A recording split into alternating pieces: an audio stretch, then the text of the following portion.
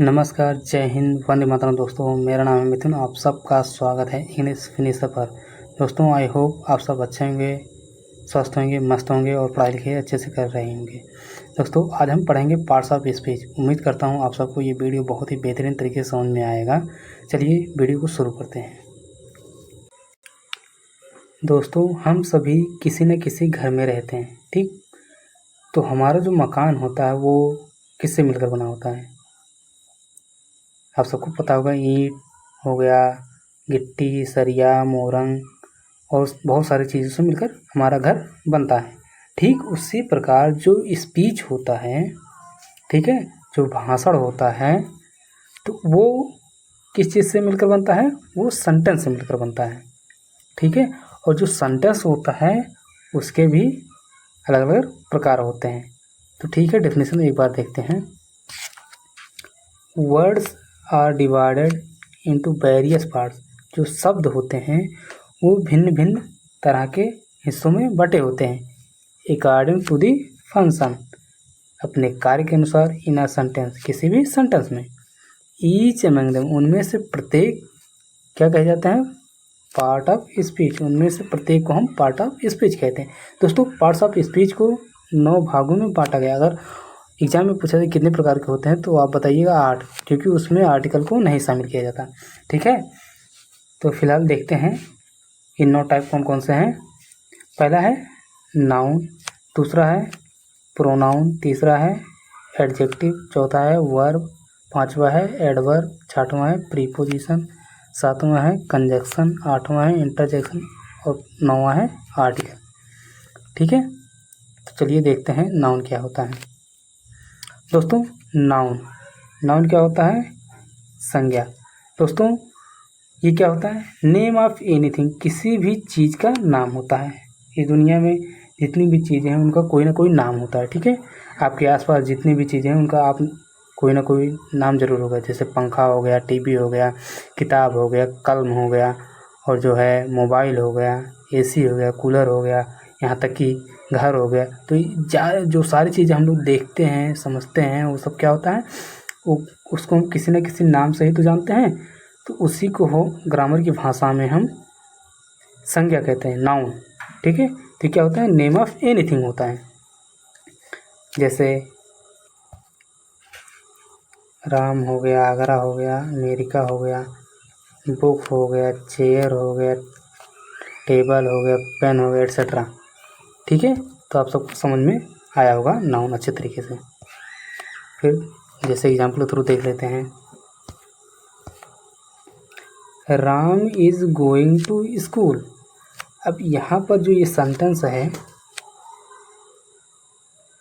Ram is going to school, तो यहाँ पर राम ये क्या है? किसी व्यक्ति का नाम है ना। ये देखिए एक स्पीच है, किसी के द्वारा कहा गया शब्द, ठीक है, वाक्य।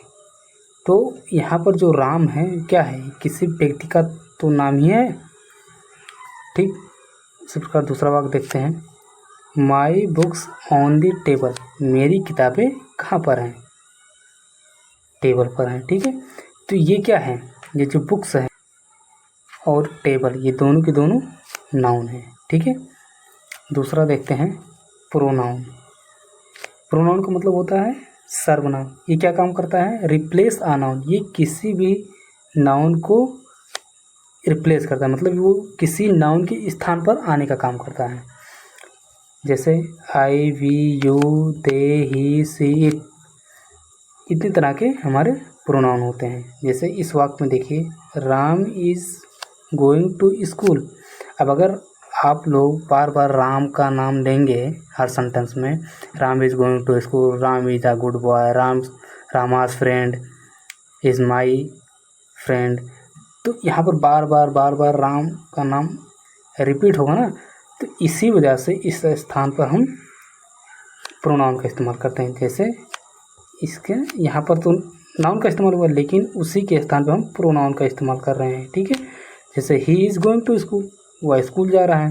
फिर दूसरा वाक्य देखते हैं। Pooja is coming from school, Pooja school से आ रही है। तो यहाँ पर पूजा क्या है? एक नाउन है। लेकिन अगर हम पूजा के स्थान पर अगर हम बार बार पूजा कहेंगे हर सेंटेंस में, तो ये वाक्य बहुत ही भद्दा लगेगा। ठीक है, तो उसको रिप्लेस करने के लिए हम यहाँ पर प्रोनाउन का इस्तेमाल कर रहे हैं। ठीक है, यहाँ पर नाउन है और यहाँ पर ये प्रोनाउन। तो she is coming from school, वह स्कूल से आ रही है। ठीक है, तीसरा देखते हैं एडजेक्टिव। एडजेक्टिव क्या होता है दोस्तों? इसका हिंदी विशेषण होता है। ये क्या काम करता है? क्वालिफाइज अ नाउन और प्रोनाउन। ये क्या काम करता है? किसी भी नाउन को या फिर प्रोनाउन की विशेषता बताने का काम करता है। जैसे ब्यूटीफुल, टॉल, रेड, सम, मेनी, ऑल, एट्सेट्रा। जैसे इस वाक्य में देखिए, सीमा इज़ अ ब्यूटीफुल गर्ल। अगर हम सिंपल से कहें सीमा इज़ अ गर्ल तो शायद उतना बढ़िया नहीं लगता। सीमा एक लड़की है, लेकिन कैसी लड़की है उसकी विशेषता बताया जा रहा है, तो वो अच्छी लड़की है। ठीक है, सुंदर लड़की है। I have a red pen. I have a red pen, मेरे पास एक लाल कलम है। जैसे अगर हम कहें आई हैव अ पेन, मेरे पास कलम है, लेकिन कैसी कलम है, तो इसकी विशेषता कौन बता रहा है? ये रेड, मतलब कि कलम तो है लेकिन कैसी है? वो लाल है। ठीक है, ठीक उसी प्रकार दे हैव मैनी बुक्स, उसके पास बहुत सारी किताबें हैं। अगर हम कहें उसके पास किताबें हैं, ठीक, तो कितनी किताबें हैं? तो मैनी किताबें, बहुत सारी किताबें हैं। ठीक है, तो ये बुक्स की विशेषता बता रहा है। ठीक उसी प्रकार हम, आई होप यहाँ तक आपको समझ में आया हुआ है। ठीक है, अगला देखते हैं वर्ब। वर्ब मीन्स क्रिया। ये क्या काम करता है? ये होता है दोस्तों, एक्शन वर्ड्स होते हैं, क्रिया के शब्द होते हैं। जैसे प्ले हो गया, गो हो गया, रन हो गया, ईट हो गया, जंप, मतलब कोई भी काम करने का ये काम करते हैं। ठीक है, एग्जाम्पल के थ्रू देखते हैं। She is going to school, वह स्कूल जा रही है। ठीक, तो यहाँ पर इज़ ये तो हेल्पिंग वर्ब है और ये गोइंग ये मेन वर्ब है। ठीक है, ये जो सी है, ये जो सी है, ये क्या काम कर रहे हैं? कोई काम कर रहे हैं ना, ये क्या काम कर रहे हैं? स्कूल जाने का काम कर रही है। ठीक उसी प्रकार Karan jumped into the river, Karan jumped, Karan कूदा, कहाँ कूदा? इनटू द रिवर, नदी में। तो यहाँ पर जो जंप्ड है, ये क्या काम हो रहा है? कोई एक्शन ही तो हो रहा है, कूदने का काम हो रहा है। ठीक है, तो आई होप आप सबको ये क्रिया समझ में आई होगी। अगला देखते हैं एडवर्ब। एडवर्ब क्या होता है? क्रिया विशेषण होता है। ठीक, ये क्या काम करता है? Qualifies verb, adjective and adverb. ये किसी भी वर्ब को या फिर एडजेक्टिव को या फिर खुद स्वयं एडवर्ब की ही विशेषता बताने का काम करता है। ठीक है, जैसे एग्जाम्पल थ्रू देखते हैं। Kishore writes a letter very slowly. ठीक, अब यहाँ पर देखिए इस वाक्य में किशोर राइट्स, किशोर लिखता है, क्या लिखता है? अ लेटर, लेटर लिखता है। कैसे लिखता है? अब देखिए राइट की विशेषता बता रहा है, कैसे लिखता है? स्लोली लिखता है। ठीक है, तो ये यहाँ पर ये एडवर्ब है स्लोली, लेकिन अब स्लोली का ही ये बता रहा है, स्लोली तो लिखता है, लेकिन कितना स्लोली लिखता है? Very slowly. तो यहाँ पर ये एडजेक्टिव का भी, ये जो वेरी है ये एडजेक्टिव की भी सॉरी स्लोली जो है, वेरी जो है स्लोली का भी यहाँ पर विशेषता बता रहा है। ठीक है, यहाँ पर जैसे राइट का विशेषता स्लोली बता रहा है। ठीक है, Kishore writes a letter very slowly, तो इसमें जो स्लोली है, किशोर लिखता है एक पत्र, कैसे लिखता है? स्लोली लिखता है, लेकिन कितना स्लोली लिखता है ये विशेषता इसकी बता रहे हैं। मतलब एडवर्ब की विशेषता ये वेरी बता रहे हैं, मतलब बहुत स्लोली, मतलब बहुत स्लो लिखता है। ठीक है, फिर अगला देखते हैं प्रीपोजिशन। प्रीपोजिशन को हिंदी में संबंध बोधक अव्यय कहते हैं। ठीक, ये क्या होता है? वर्ड्स ऑफ रिलेशनशिप, ये संबंध के शब्द होते हैं। जैसे in, on, into, upon, under, between, among, etcetera. तो यहाँ पर जो है यहाँ पर ये किसी भी नाउन का या प्रोनाउन का, ठीक है, दूसरे नाउन या प्रोनाउन से संबंध दिखाने का काम करता है। ठीक है, जैसे देखें, my books are in the bag, मेरी किताबें किस में है, तो ये जो में है ये बैग, ये और ये बुक्स एंड बैग, तो इसके और इसके बीच में संबंध बताने का काम ये इन कर रहा है। ठीक है, माई बुक्स, मेरी किताबें हैं, कहाँ हैं, इन दी बैग। तो यहाँ आप सबको ये अच्छे तरीके से समझ में आ रहा होगा। अगला देखते हैं, करण जंप्ड इनटू द रिवर, यहाँ पर जंप्ड होगा, जंप्ड इनटू द रिवर, करण कूदा, ठीक, करण कूदा, दी रिवर। अब यहाँ पर ऐसा अगर कहेंगे तो समझ नहीं आएगा ना, लेकिन कहाँ कूदा, कूदा तो, लेकिन कहाँ कूदा, रिवर में। ठीक है, तो ये करण और रिवर के बीच संबंध बता रहा है।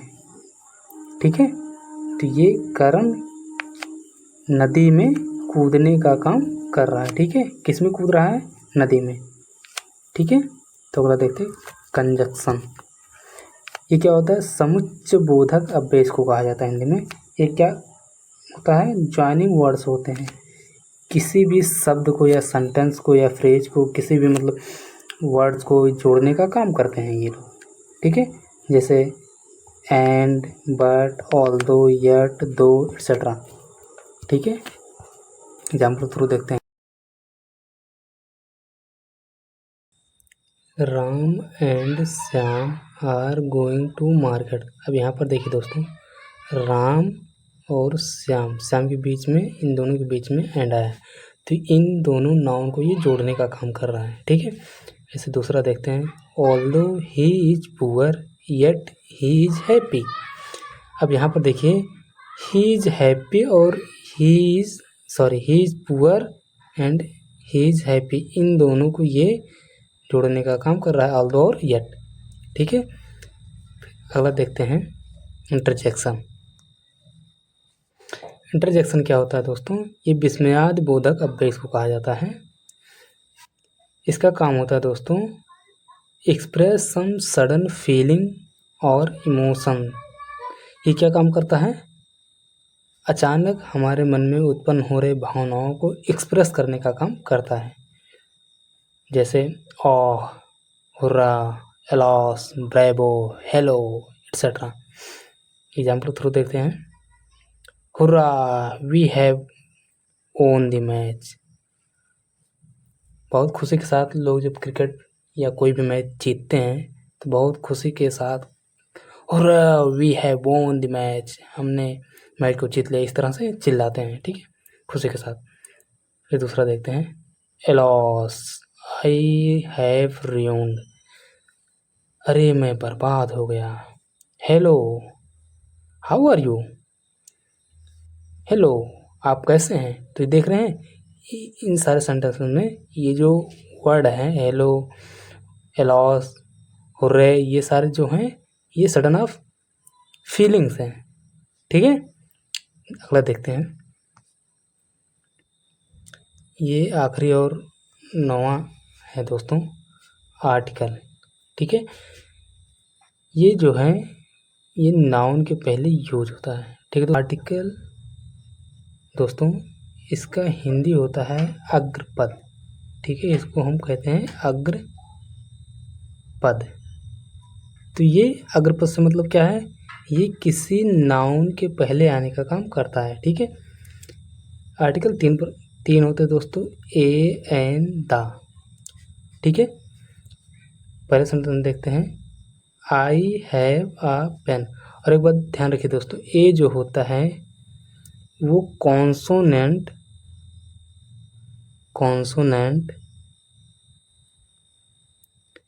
जो ध्वनि होती है, साउंड होता है, उसके पहले आता है, और जो एन होता है वो ओबल कॉन्सोनेंट के साथ आता है। ठीक है दोस्तों, तो यहाँ पर देखिए, आई हैव अ पेन, तो यहाँ पर देख रहे पा की ध्वनि हो रही है ना, तो ये क्या है, व्यंजन ध्वनि है, तो इसके पहले ए का इस्तेमाल हुआ है। ठीक है, और जो दी होता है दोस्तों, दी किसी भी डेफिनेट किसी निश्चित चीज़ के लिए, जैसे हमने एक बार ऊपर सेंटेंस में पेन के बारे में जिक्र कर लिया, तो उसी को हम कह रहे हैं कि दी पेन इज़ रेड। तो जैसे वो निश्चित हो गया ना, किस पेन की बात हो रही है, उसी पेन की बात हो रही है, ठीक है। तो दी पेन इज़ रेड, यहाँ पर जो है पेन के पहले दी लगा है, इसलिए क्योंकि वो डेफिनेट किया जा रहा है, उसी पेन की बात हो रही है, ठीक है दोस्तों।